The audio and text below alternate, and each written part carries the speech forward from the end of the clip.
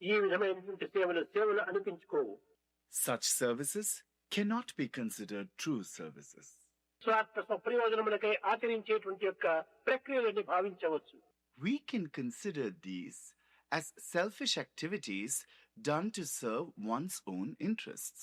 సేవ యందున్నటువంటి యొక్క పవిత్రత, సేవ యందున్నటువంటి దివ్యత్వమును మానవుడు గుర్తించుకొనలేక సేవలలో పాల్గొనటకు వెనుకంజ వేస్తున్నాడు.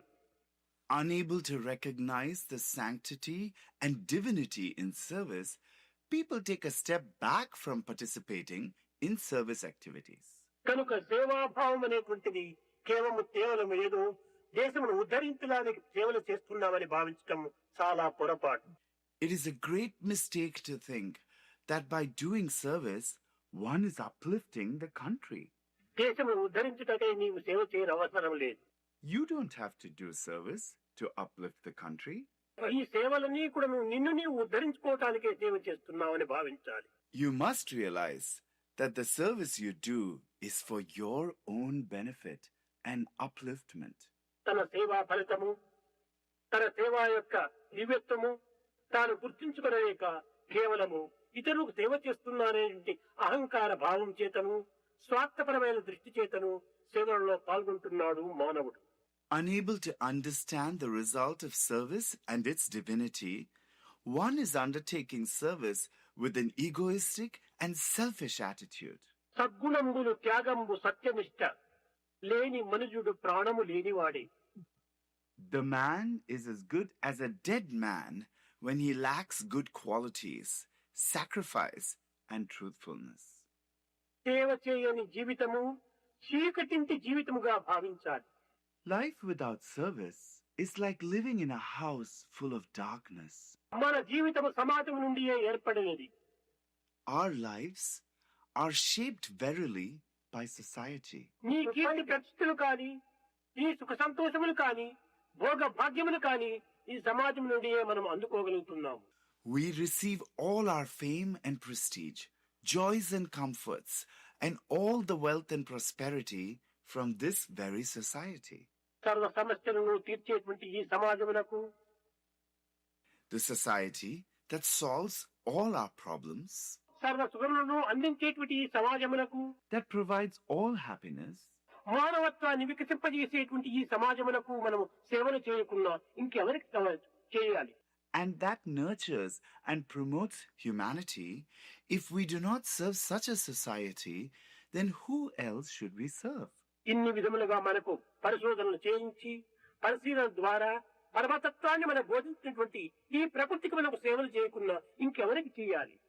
If we do not serve nature, which enables us to conduct various kinds of research and reveals the ultimate truth through observation, then who else should we serve? మన చేతులు మాన ఒకటి క్రిందికి పట్టే దాన్ని ఎవరైనా ఎత్తిచ్చినప్పుడు థ్యాంక్స్ అని వాళ్ళకు మన యొక్క కృతజ్ఞతను అందిస్తున్నాము. When we drop a handkerchief and someone picks it up for us, we express our gratitude by saying thanks. కానీ ఇట్టి పవిత్రమైన దివ్యమైనటువంటి మానవత్వానికి ఇన్ని అనుకూలములు, ఇన్ని సరైన సౌకర్యములు చేకూర్చి అందించేటువంటి యొక్క ప్రకృతి సమాజమునకు మనం ఇంత మాత్రమేనా thanks చెప్పనక్కర్లేదా? But shouldn't we at least say a simple thank you to nature and society that have provided so many conveniences and proper facilities for such a sacred and divine humanity to flourish? ఇట్టి కృతజ్ఞత లేనటువంటి మన జీవితము కేవలం క్రూర మృగముల కంటే హీనమని మనం తలంచాలి. We must realize that a life without such gratitude is even inferior to that of ferocious beasts. కేవలము సేవ అనేటువంటిది మానవుని ప్రధానమైన కర్తవ్యం. Service alone is the primary duty of a human being. మన జీవితం యొక్క ప్రధానమైన లక్ష్యము, the main goal of our life.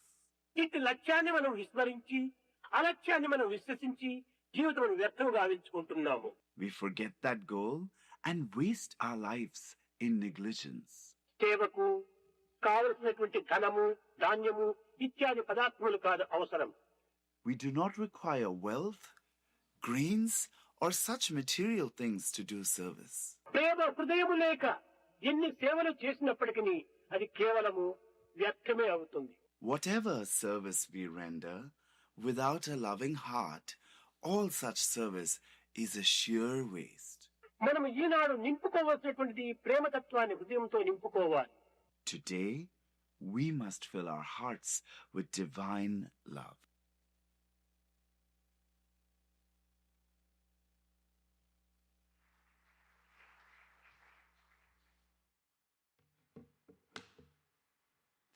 Thank you, Swami, for reminding us that purity can be achieved by doing service without expectation of the results. Good afternoon, everyone. Sai Ram. My name is Jirka Blažek. I will be your MC. I come from the Czech Republic. And let me say that again, Jirka Blažek. Can you hear how it sounds a little bit like a strange sound? Not so easy to pronounce. Now imagine how it is for me to pronounce all the beautiful Indian names. So I please ask you for compassion if my pronunciation is not perfect. I can promise you pronunciation may be not perfect, but I will pronounce everyone's name with love.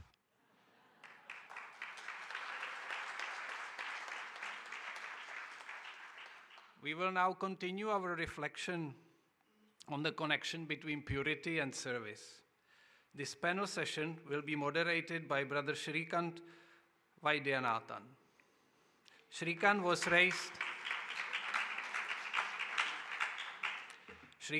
raised in Chennai in a family devoted to Swami since 1960s and has been deeply involved in the SSE and Sai activities from a young age, including studying at Prashanti Nilayam Primary School, participating in bhajans, convocation dramas, and speaking engagements. He holds a Master of Science in Physics from Prashanti Nilayam and a Master's in Electrical Engineering from UC Davis. He's an active member of the Greater Boston Sai Center, and he currently serves as the National Devotional Coordinator for SSSIO USA.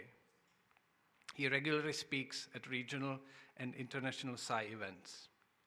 Shrikant will be joined by the following panelists: Sister Lakshmi Vyakaran, Brother Vijay Sarathi, Sister Padmashri Ravindra, Brother Sergio Espindola, and Brother Billy Funk. Please join me in welcoming our moderator and panelists to the stage.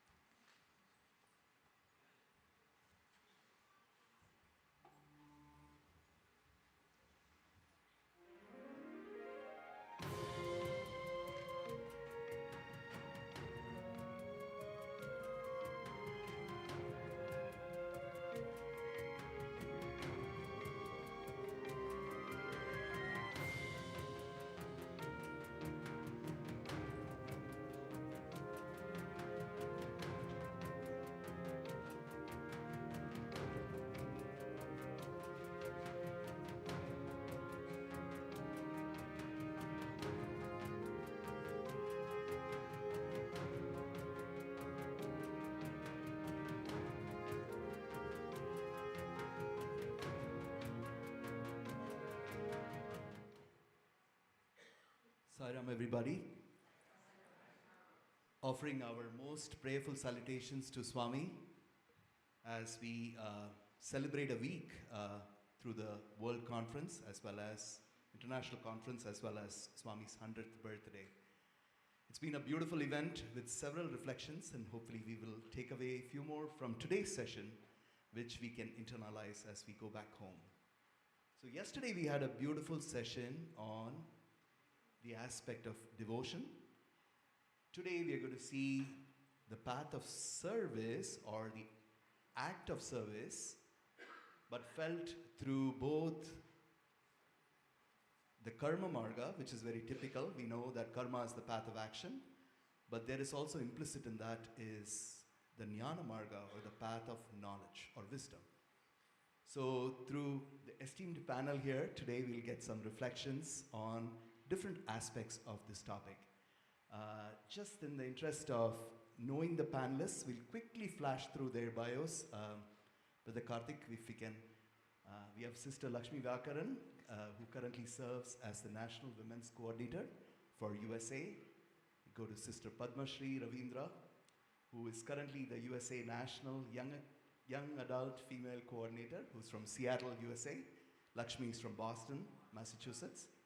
Then we have Vijay Sarathi, who is again from the Boston area, is one of the founding members of LASA Foundation, which is a building acquired or through the foundation, a building was acquired in the Boston area, and Vijay was one of the founding members of that board for the SAI activities. Then we have Sergio Espendula, who's again not very familiar face for all of us. He's the current chairman of Zone 2B, the South American countries. And then finally, Brother Billy Fong, who's currently the central coordinator for Zone 4. So that's our esteemed panel here. And obviously, between all of them, we have several years of experience, not only in the SAI organization, but hopefully in experiences which will allow us to bring forth the path of service. But before I start, I was just thinking, why Swami put me in this spot. I'm the devotion coordinator, and this is a panel on service. So these are the curveballs which Swami always throws in your life so that we can always learn out of these new experiences, and that's how I approached it. So we will start.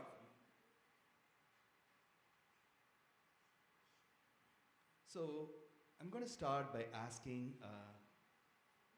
Vijay maybe to open his heart and think of an experience in terms of where he observed a certain service which obviously opened his heart to higher and greater wisdom.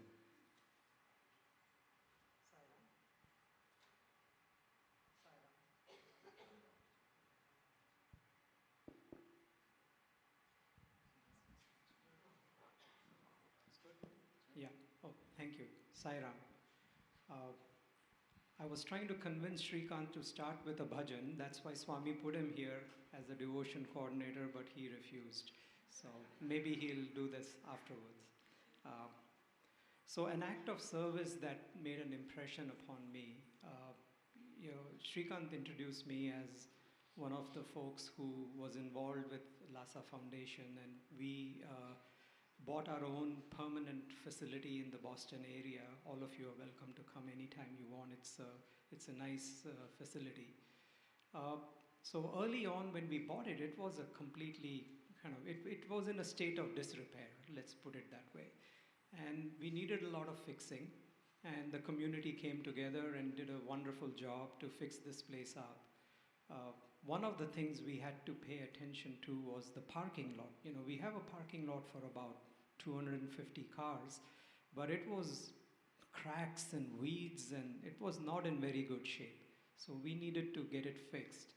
So we gave a contract to fix it to one of the local providers. And I thought I would go and check in on how the work was progressing. So one day when the work had started, it was going to be a week-long project. So I show up there. And in this massive parking lot, there was this one single person with a blowtorch, killing the weeds and then stuff like that. So I went and started talking to him. And this guy, Manuel, I think his name was. So I asked, he speaks Spanish, I speak English. Somehow we communicated. So I asked Manuel, and he wanted to know, what is all this? What is love all, serve all? So I told him, this is our guru and his slogans, love all, serve all. This is why we bought this building. We're going to have a medical clinic here. We're going to have a pantry. We're going to have all those things. And we got, and so you charge people money? No, nothing. Everything is free. So after a while, I saw something Manuel was thinking, and then he tells me, hey, how much you paying for this parking lot fixing? So I told him, this is what your boss wants to. He said, my boss has only assigned me for the entire week. So that's just me doing all this work here. I will talk to him and tell him to waive my labor expense. So my labor is for your cause. And I'm just sitting there saying, this Manuel, he probably has a family to support back in Mexico. What he makes here is what he sends back home. And that's all he does. And just saying love all, serve all, and not even communicating in a language that both of us were fluent in, moved him enough to offer to give his entire week of wages away to us as his contribution, appreciating the work that we did. And that, I thought, that left, it moved me. We were, ego creeps into some of these things when you're doing service. And, there I was patting myself on my back for, having finally helped the community achieve something that we hadn't done for 40 years. And here's this, daily wage person, just freely giving. And so that's kind of an experience. And one other thing, do I have a couple of minutes? Yeah, quick, 30 seconds. 30 seconds.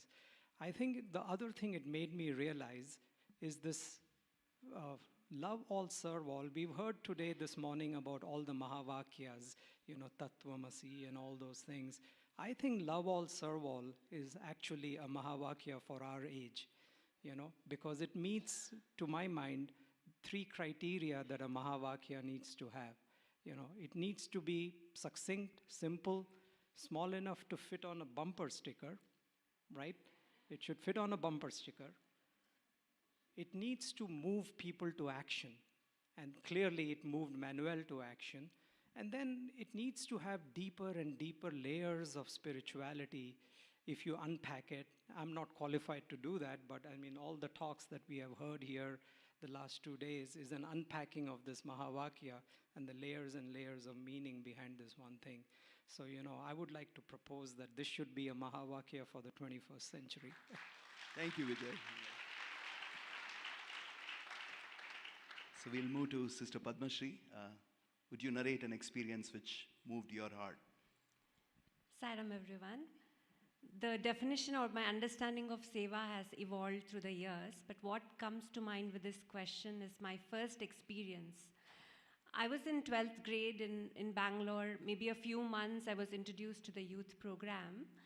And, life usually revolves around college and courses and tests. And at that point, I was figuring out what I want to do in my life and busy with entrance exams. It was a week where things had not gone very well.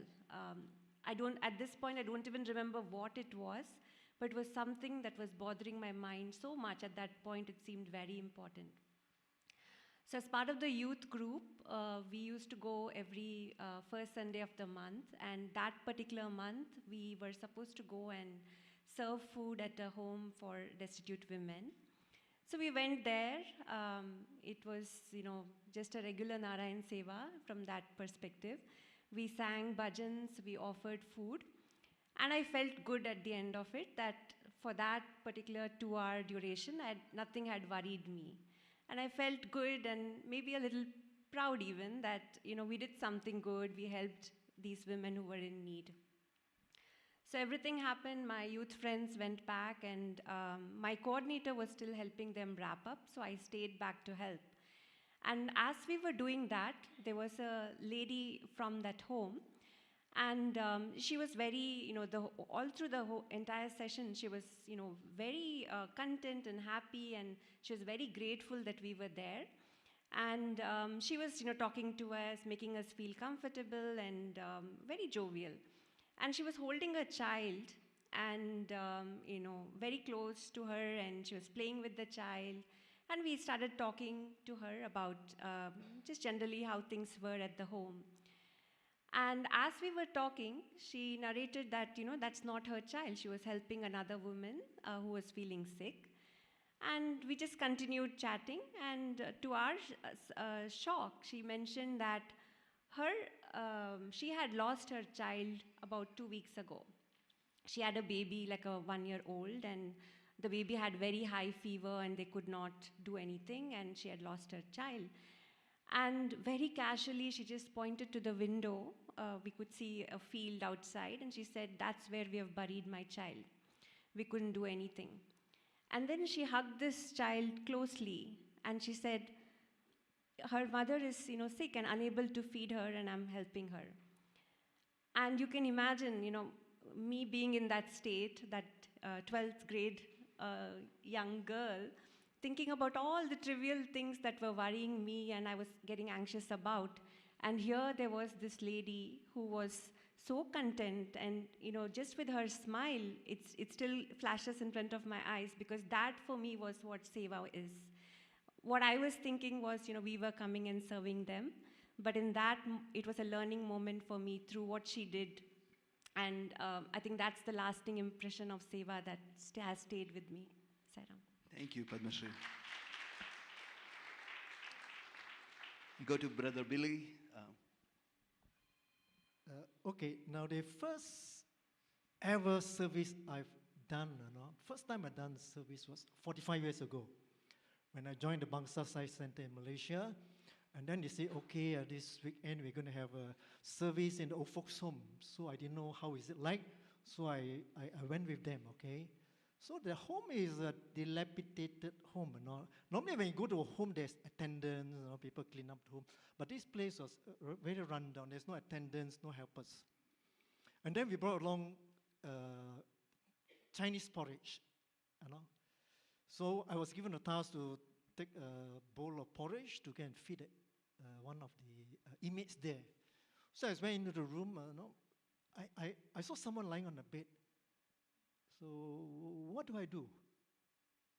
And it was smelly, And it looks like the person hasn't bathed for, some time. So service, so what do? My first time doing service, okay? And then fortunately for me, Brother Jago came along. Okay, believe this is how we serve the old folks. So you prop him up, and then you feed him spoon by spoon. Okay, so this is what I mean by service, And that's where I learned about caring. When you care for someone, you don't what they call bother whether the person is smelly or dirty, okay? And that has been very impactful for me. And that's where I slowly learn up as I attend and do more service. I learn to be more caring, I learn to be more compassionate. Thank you, yeah.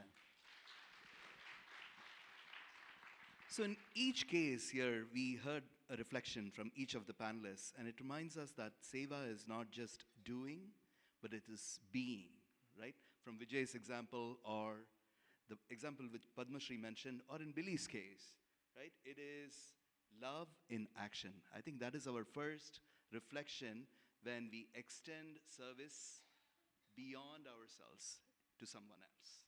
Now let's go a little bit deeper. So let's explore together how selfless service becomes the path to attain purity. Now it is said, blessed are the pure in heart. It's been repeated today multiple times, for they shall see God. So service should, by extending ourselves beyond ourselves, becomes an opportunity for us to become egoless, right? It's getting rid of body attachment. And from there on, hopefully we become pure. The moment there is no ego, hopefully we are pure, and then eventually it should lead to enlightenment. So now we'll go to a little bit of deeper exploration of this path of service.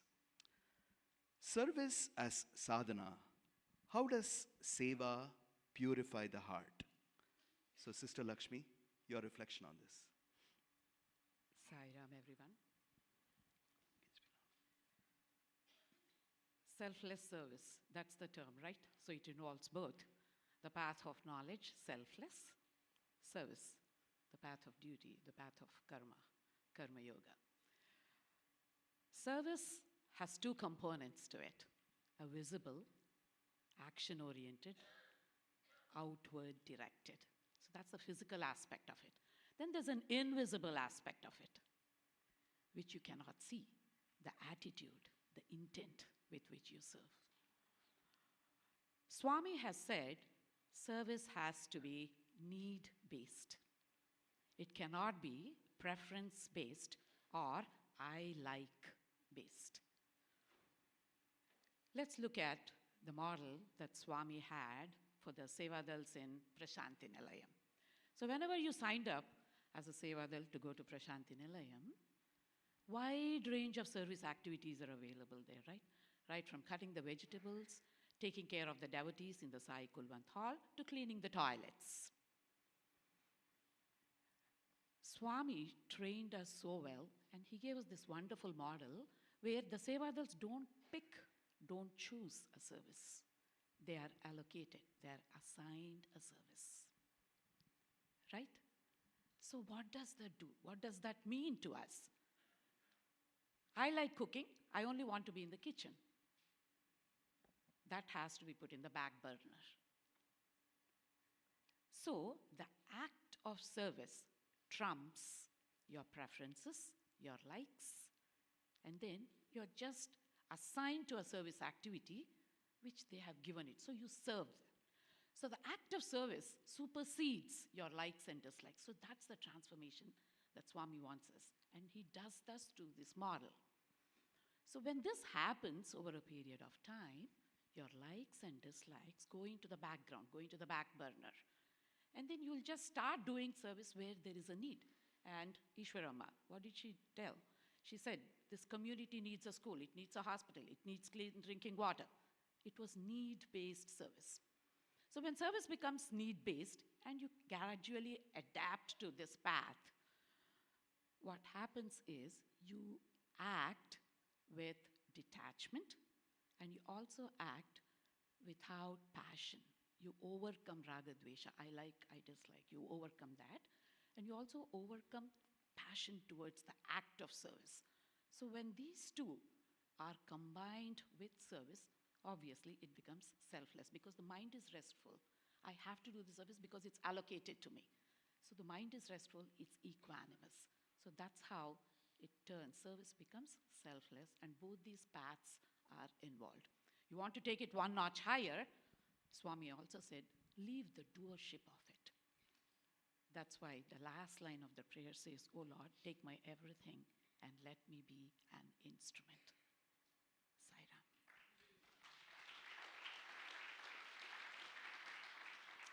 So thank you, Lakshmi. So the point I got out of that is when you don't have to choose, but you serve the need of the person who needs to receive the service, it already becomes selfless at that point in time. All right, Vijay, would you want to reflect on the same topic? How does seva purify the heart? Yeah, actually, I'd like to take off from where Lakshmi just said and build on it a little bit. You know, people often ask, if service is done for selfish reasons, does it still count as service? And I think Swami was very clear about that, and he talked about the difference between when you do service for fame or for credit or for other selfish reasons. It's certainly not selfless. That's pretty clear. But should we not do it? You know, one of the first things I learned when I came to this country, my favorite Americanism is fake it till you make it. So I've been, kind of what I'm doing right now. So one of the things that, I thought about it a little bit, but I think if you get in and start doing service and don't worry about whether you're doing it for yourself, that act of service, someone does benefit at the end of the day. You know, if it is service, someone is benefiting.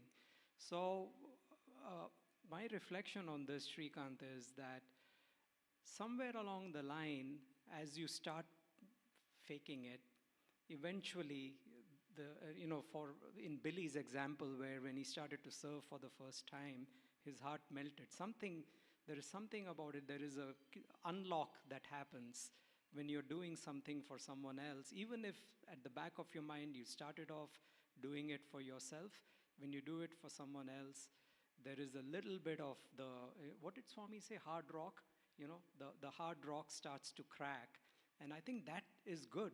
So don't wait, even if it is for, so if a kid comes off and says, I need to do service because it looks good on my college essay, we can talk to that kid and tell that kid that, this is not the reason why you do it and all that, but don't discourage that person from doing service. Let that person do service, and then hopefully, the heart would start to melt. And I think what starts off as an action for the self, lowercase self, eventually becomes an action from the self, the uppercase self. And I think action, when you're acting from the uppercase self, that actually is, divinity. You are living in that space. So that would be my take on it. Thank you, Vijay. I think we heard through Swami's discourses, both from the morning, which was supposed to be multi-faith focused, but Swami said that God is present in the heart, right? So a reflection in this case, because we are talking about service as sadhana, when we serve with love, the heart becomes the altar of God.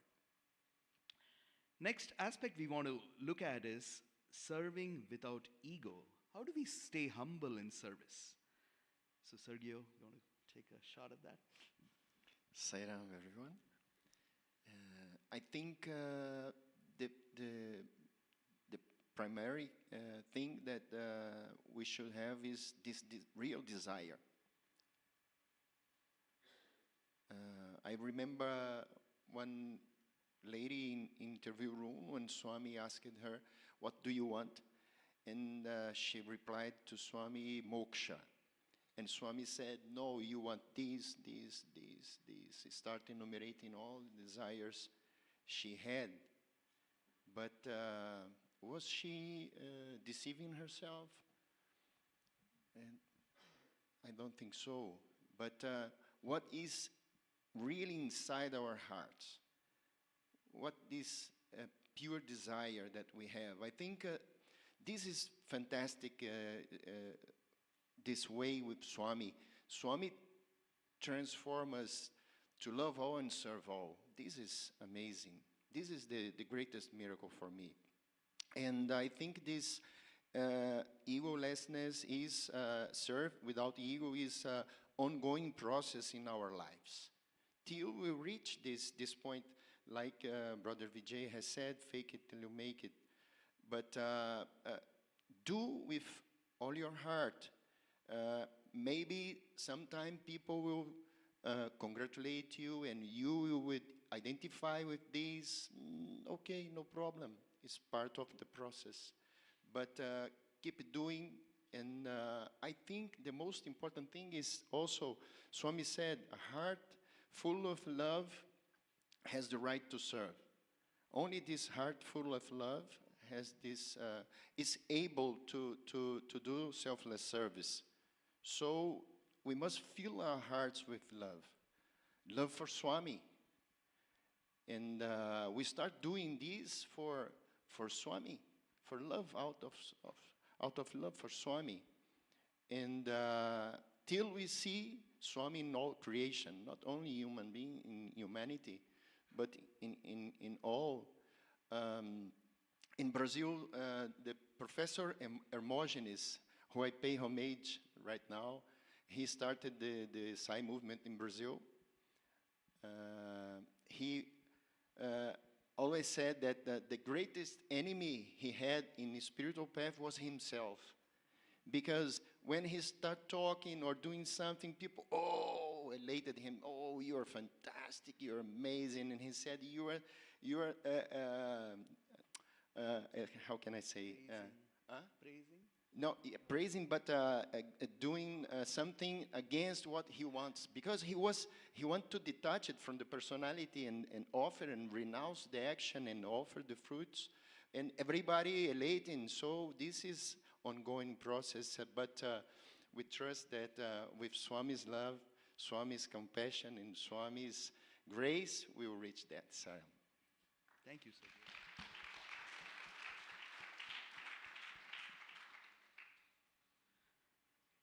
So true service expects nothing, not even gratitude, right? So that's the state we want to achieve.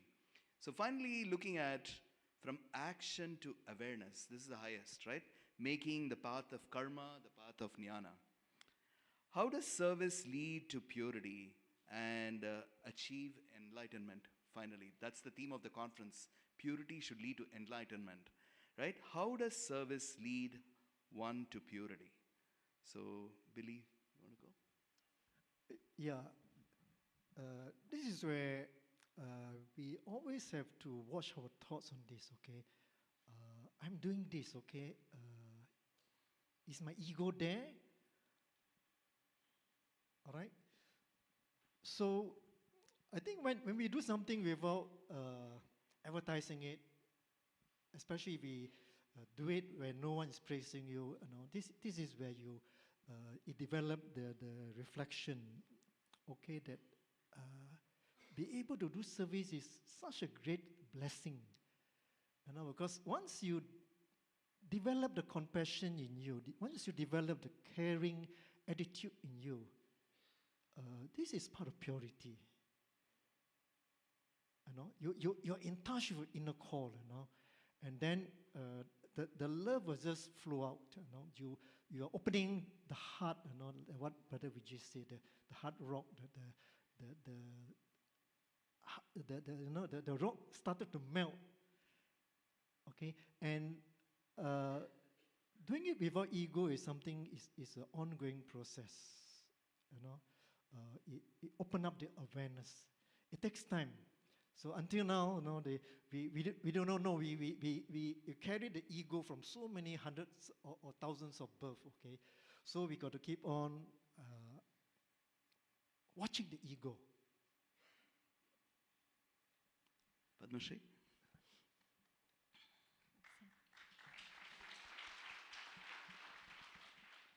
Sairam, from action to awareness, what comes to mind is one of the experiences I had. This was the second wave of COVID, where things were pretty bad in India. And we were watching the news, there was so much happening. We were just sitting in Seattle, my husband and I, we were in Seattle, not knowing what to do, not knowing how to help. We also felt, how everybody used to joke, we have PhDs, but we're not real doctors. Especially during COVID, it was a time where we were like, really, we couldn't do anything. And as we, kept hearing more and more about people being affected, one of the evenings there was this deep yearning that I want to do something, Swami, like I don't know what, but please use us in some way. I didn't know what to do. I messaged one of my friends in Bangalore and asked him, like, is there anything the local samitis are doing? Can we get involved in some way? And he just told me, he added me, sent me a link to this WhatsApp group to a COVID helpline. And this helpline was started by one of Swami's alumni, Brother Vinod Karthik. It's Sai Krishna Charitable Trust. And they were running this COVID helpline to help patients and families of patients to get more information about ICU bed availability, oxygen cylinders, and a lot of these things. So very hesitatingly, not knowing how much we can help, we joined the WhatsApp group. It was pretty depressing to just look at all the messages, because a lot of times the call volunteers would try to call back and they were not getting beds, and sometimes, by the time they would call back, the patient is no more, and, it was all that was happening. So we joined the group, still feeling very restless, in fact, more restless because we didn't know what else to do.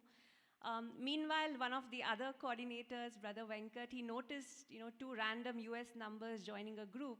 He reached out and asked, you joined this group, how would you like to help? He was kind enough to share with us the on-ground situation. We actually didn't know how bad the situation was. He was sharing, he said, he warned us that, if you're reaching out for monetary help, even if you get me lakhs of money right now, there's no bed available. That's the situation. So he said, you're welcome to listen in to our calls. They used to have daily calls because things were progressing every day. We didn't know what to expect. Situation was quite dynamic. So Suresh and I would join the calls and just listen in to understand what's really happening. And in the next 24 hours, we knew what we wanted to do. We basically wanted to put together like a back-end team which could help the on-call volunteers to just keep track of the calls that were coming in, what are the needs, how could we actually streamline the process. because they were running short. It was the peak. We were hitting the peak. We knew in the next 4 to 5 days things would get worse. And it was following in different countries across India. And so we knew we had to do something, so we said, okay, let's start here. So we had our own way of tracking calls and making sure that our call volunteer knows who they should call back. In case there were any calls that were missed, we would help them with reminders. You won't believe, like, we sent out a message to our Sai friends in US. Within 24 hours, 80 people signed up, young adults, everybody. And they said, yes, we are willing to help. We told them, we would need to support these call volunteers. We created 2-hour shifts. And typically, when most of the YA coordinators know this, when we're trying to find volunteers to come for Seva, you need to post so many messages. That's the first time in 24 hours we were able to get 80 people who said, yes, we'll be there, we'll help you, tell us what you want us to do. We arranged everything was happening dynamically, no plan, no project plan, nothing. We arranged for training, we figured out how the whole system should run. We had multiple volunteers signed up for each 2-hour slots. People would do handover and say, okay, there were these other cases which are not followed up. We would post on the WhatsApp group, help the call volunteers. And this went on for about a week. I think the peak was about 10 days. And it was like continuous. We didn't even know, Suresh and I didn't even know when it was day, when it was night. Things were just going on with full, we didn't know where we were getting the energy. And it was only, when the peak started coming down is when we just paused to reflect on what we had experienced. I had heard a lot of places theoretically about Vasudhaiva Kutumbakam. That was the first time I think I had experienced it. Nothing mattered. Boundaries, no boundaries of countries. We had people from all countries join us round the clock to assist. There were many times I would tag somebody and say, next is your slot, are you ready? Only later, after a week, I would realize it was actually somebody elderly, 60-year-old. They had been CEOs of companies. It didn't matter. At that moment, it was the 2-hour period. They came and they did their job. There were aunties who didn't know how to, look at Excel on phone or WhatsApp, but they did it because they wanted to help. And when we finally had the reflection call after the whole wave had passed, each person had their own story on why they had come to help. Some of them because their family was affected, some of them because they were just grateful that someone else helped them. And this was just that experience where, your heart just opens up and you just feel the oneness. And this is just one of those experiences where I think that awareness came in from what started off as just action. And it was just a very precious experience, I think, that we've had to even feel that for those few days, but of course something that we keep close in our heart as well. Sarah.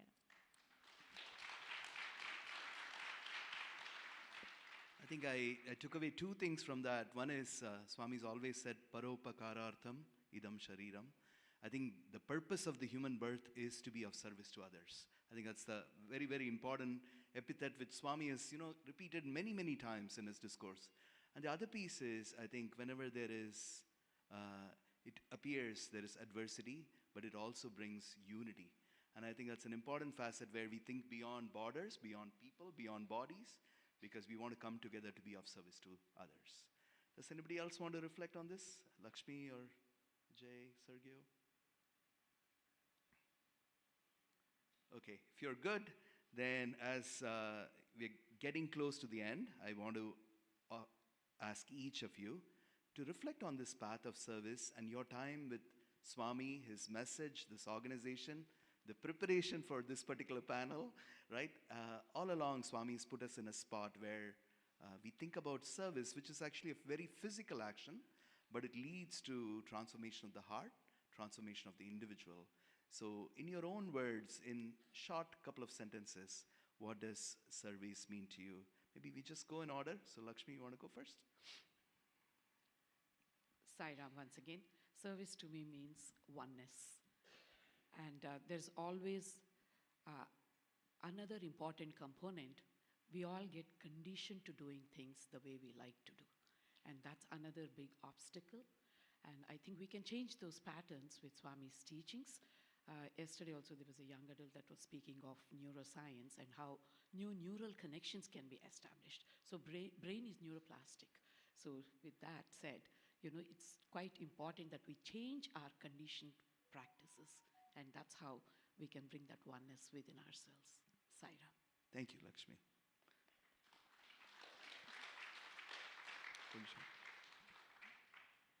Usually, when you think about service, we always think about something outside the home.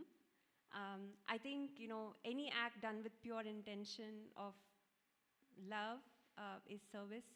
The little things that we can do at home.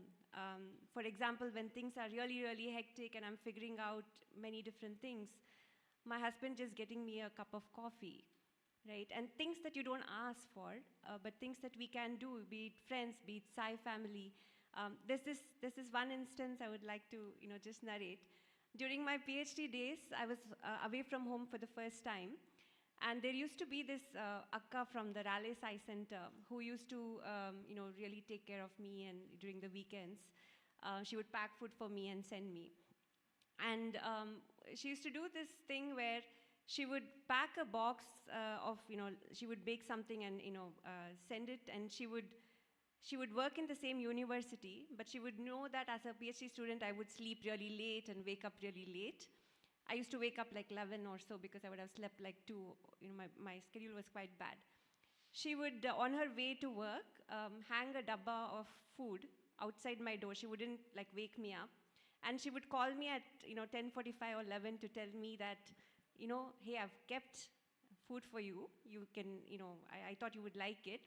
And then she would, before cutting the call, tell me, but return my dabba, And so it's that moment of, that love is just something unspoken where you feel that love that brings us together, that just pure intention. I think for me, that is what seva is, and something that, we all can do wherever we are, Sarah. Perfect. Should I say fake it till you make it, maybe? No? Okay. Well, hopefully you've made it by now. It's a long game, but I think I have a quote from Swami. I believe this is start the journey of service and purity will follow. Yeah, it's beautiful. That's in line with what we reflected on earlier, which is start extending yourself beyond yourself and become egoless, and you become pure and achieve enlightenment. Sergio. Yes. Taking the line of Leonardo that spoke about how fortunate we are, I think to be in Sai organization is a blessing of not one life, but all lifetimes. And we have here the opportunity to serve. Service, what is not service? Can somebody tell me what is not service? Service is everything. I was watching Sister Padma Shri and fly bothering her. I was praying to Swami so the fly can go away, so she can stay okay and continue talking. All the time we can do service, mentally, physically. I did not know Brother Shrikant has this history in devotion. I was Central Devotional Coordination, Regional Devotional Coordinator, and National Devotional Coordinator, also invited for service panel. The same is the needy service, not the preference service. And Swami is perfect. Everything is perfect. This feeling of offering our abilities, our skills to Swami, this is, I think, is the most important, because he knows the path. We do not know. We imagine, but he knows. And I think we have this opportunity. We must transform each thought, word, and deed in a service. Saira. Beautiful. Yeah. So every thought, word, and deed should become an act of service. Yes. Okay. When you see a need, do it.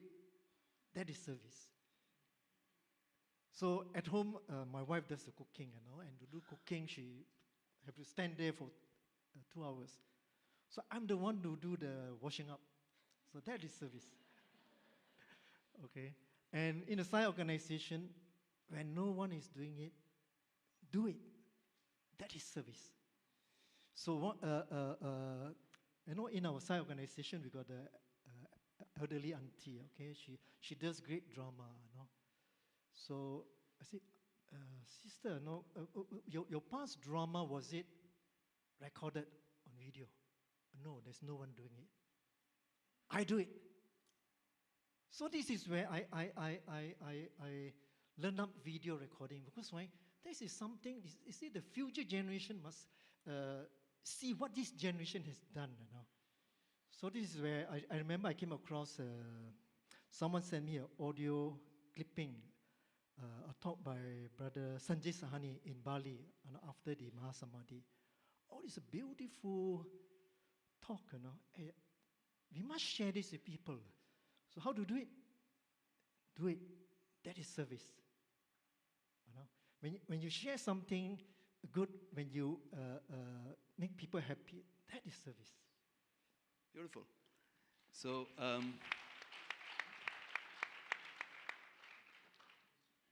I think I'll quickly reflect on one story from, or an experience, if you will. There used to be the Pink Twins. Sister Jenny spoke about one of them in her talk from Australia. And they were a constant presence in Prashanthi Nilayam for many, many years. And apparently, in an interaction with Swami, one of them said, there are many negative things appears to us, which is going on around the world. And at this point, we have become, our body doesn't allow us to be out there serving physically. What can we do? And Swami said, you always have the opportunity to pray. And I think Sergio said it as well as demonstrated it by praying when the fly was on Sister Padma Shri's this thing. So it's very interesting, right? Because we don't have to think service is something where you have to go out and do something. If we're able to do it, that's great. If not, we don't have to feel guilty. Even where we are sitting, we have the opportunity to serve. And I think if that is at the back of our mind, Swami will provide us plenty of opportunities to purify our own heart and hopefully attain enlightenment at the end of the whole thing. So at this point, as we conclude, you had the chance to see devotion yesterday. Hopefully you got some glimpses of the path of action and the path of wisdom today. Hopefully we'll have a chance to decide which is the path which will take us to enlightenment tomorrow as part of the debate. So with that, Sai Ram, everybody. Yeah.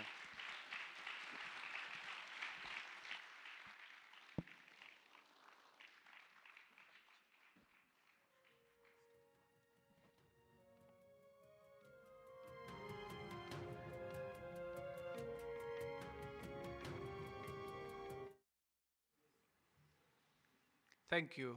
Thank you. Thank you, microphone. Thank you, Brother Shrikant and the panelists for this wonderful discussion and inspiring ideas. We will now play a pearl for a few minutes while we'll prepare the stage for the next performance.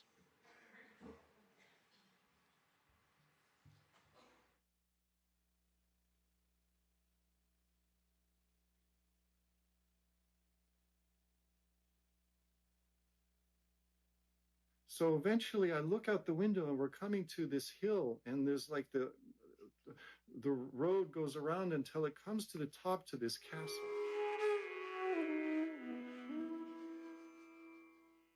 I remember my first dream with Swami, which happened before we went to go see Swami for those 3 months. And that's one of the reasons I went. I was sort of challenging Swami. I said that my mother always said that you can't go see Swami unless he calls you. So I told my mom, I can't go see him. This is my excuse because he hasn't called me. So guess what? I have a dream, and in this dream, and just to let you know that if you do have a dream with Sai Baba or with Jesus or any divine form, this is not something you can create in your mind. It's not because you were thinking about it or anything. This is his will. When he comes in the dream, this is him coming in your dream to have a personal interview with you. So in this dream, I'm walking across this desert in no man's land. Behind me, the mountains, in front of me, mountains, but in the middle of nowhere. There's a dirt road. This is a desert. And as I'm walking, I hear behind me this sounds of something coming. And I look, and there's a stagecoach, like from the Westerns. And the stagecoach eventually comes up to me, and the door opens. And I look inside, and it's full of great, like sages and masters. And they call me in, come. And I come in, and I don't know, when I get inside, it's much larger than it is outside, because I can see Krishnamurti, I can see this Yogananda, I can see all these people that I've read about in this carriage. And they close the door, and I'm sitting there, and I feel absolutely, I don't belong here. I'm amongst greats. So eventually I look out the window, and we're coming to this hill, and there's like the road goes around until it comes to the top to this castle.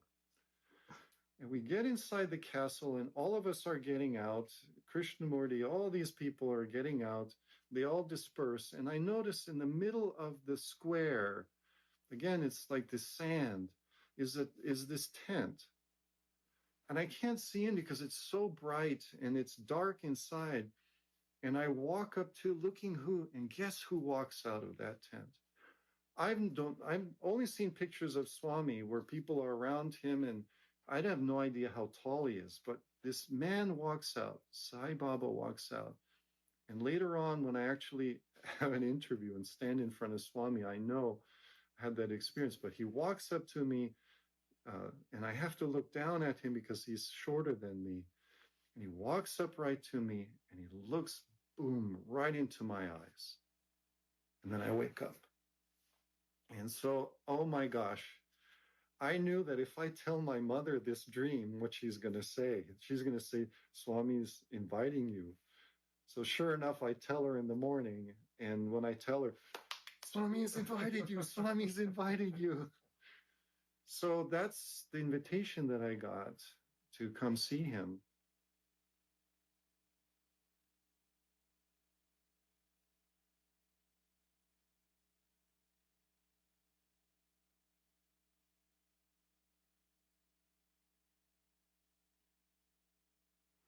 Sai Ram, thank you. We will now prepare for a beautiful Carnatic music offering, Nada Brahma, presented by renowned violinist Miss Anuradha Sridhar, accompanied by Sriram Brahmanandam and Anivartin Anand. While they prepare, I would like to request everyone in the hall to please put your phones on silent. I know sometimes it's a difficult setting. If you don't know, just ask someone, younger neighbors, but please put it on silent so that we can enjoy the music offering. Miss Anuradha Sridhar is an accomplished violinist, vocalist, and a composer who has been a leading ambassador of Carnatic music in the Bay Area for the nearly 40 years. Coming from the illustrious Lalgudi musical lineage that traces back directly to Saint Tyagaraja, she trained under her mother, the renowned Lalgudi Srimati Brahmanandam. Miss Anuradha has performed worldwide and collaborated across genres. She is an A-top great artist of Doordarshan. She is also a dedicated teacher, having founded the Trinity Center for Music, now is in its 36th year. This year marks her 50th year as a performing artist.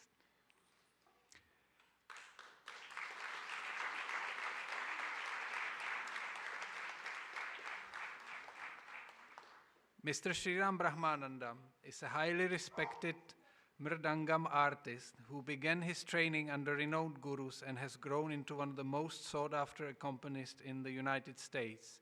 An A-grade artist with All India Radio, he has performed across India and internationally, collaborating with legendary Carnatic musicians and participating in major global music festivals. A prolific composer and passionate teacher, he leads the Nandi School of Rhythm in San Jose, where he trains the next generation of percussionists.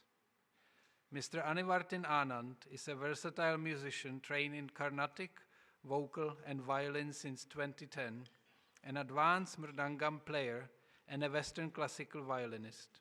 He has performed in both the USA and India, received formal apprenticeship in percussion, and enjoys composing music that blends his diverse talents. He also holds a Bachelor's of Science in Aeronautical Engineering. Please join me in welcoming these esteemed musicians.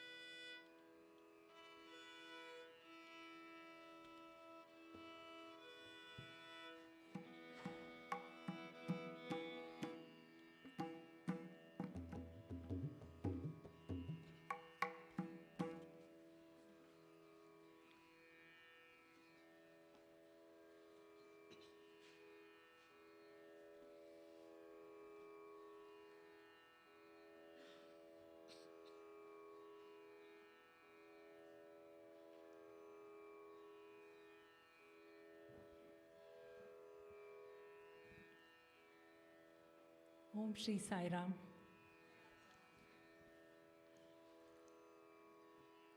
On this occasion of the birthday of our beloved Bhagavan, let us sing his glory. Let us sing his glory on this occasion of his 100th birthday. Let us sing the glory of Sai Rama Nama. Let us sing the glory of Sai Ram. Let us sing Sai Ram. Let us sing Sai Ram. Let us sing Sai, Sai, Sai. Let us chant the name Sai, Sai, Sai. We are ever grateful to our beloved Bhagavan for choosing us to sing his glory as part of this divine satsang. This will be etched in our memory, in our lives forever. Thank you, Swami, for having us here. Thank you.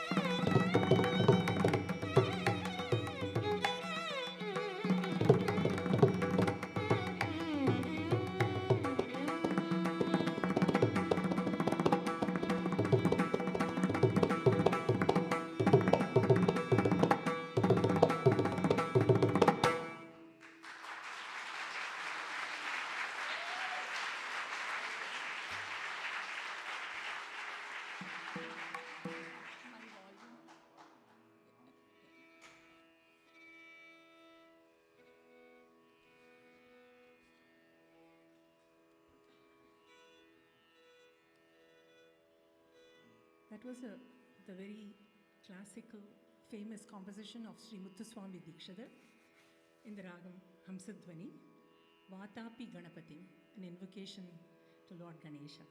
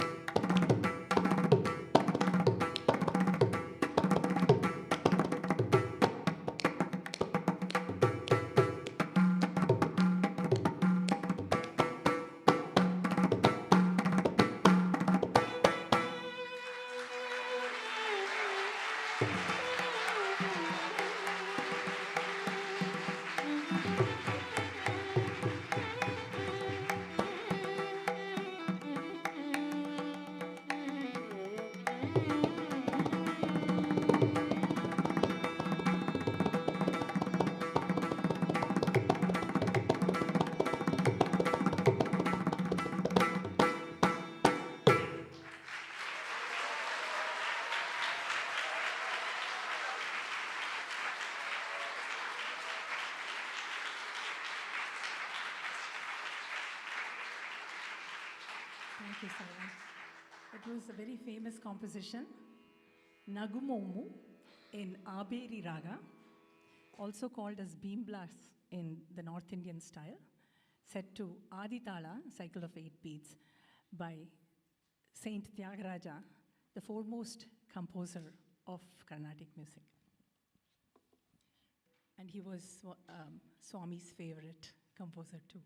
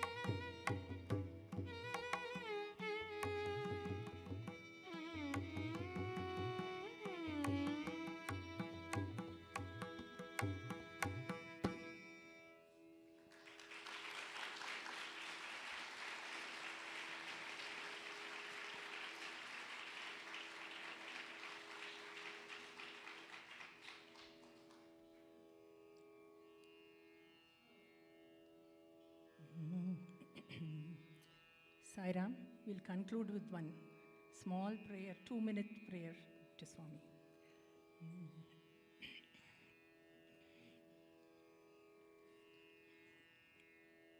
Sai, Sai, Sathya Sai, Sai, Sai, Sundara Sai, Sai, Sai, Shiva Rupa Sai, Sai, Sai, Sharanam Sai, Sai, Sai, Saguna Sai, Sai, Sai, Nirguna Sai, Sai, Sai, Sadguna Sai, Sai, Sai, Sharanam Sai, Sai, Sai, Samartha Sai, Sai, Sai, Sarvatra Sai, Sai, Sai, Sarvajna Sai, Sai, Sai, Sharanam Sai,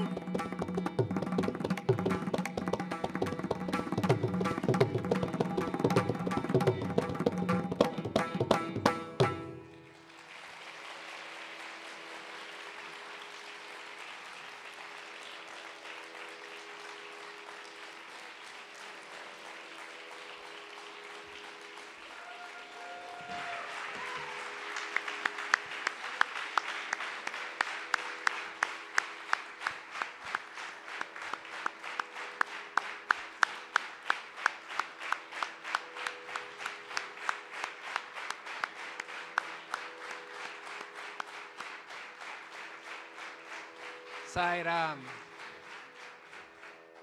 Isn't that amazing how when you fill space with such beautiful sounds, even the silence afterwards sounds somehow more beautiful.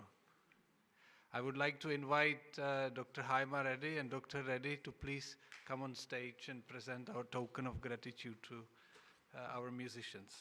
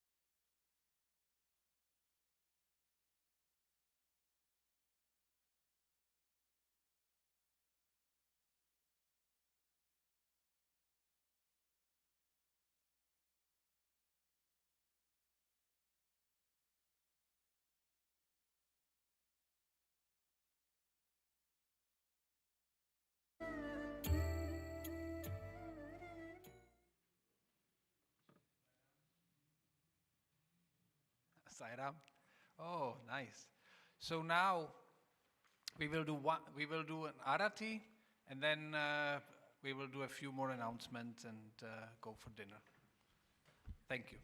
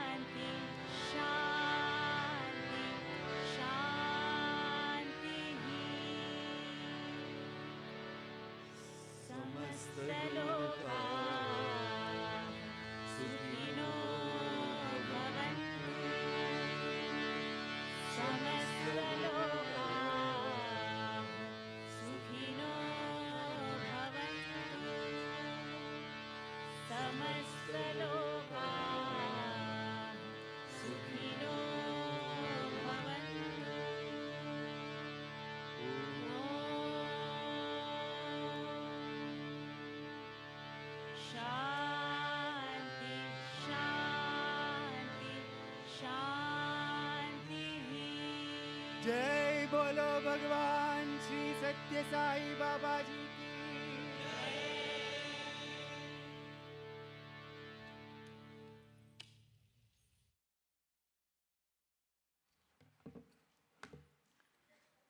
Dear brothers and sisters, we have reached the end of our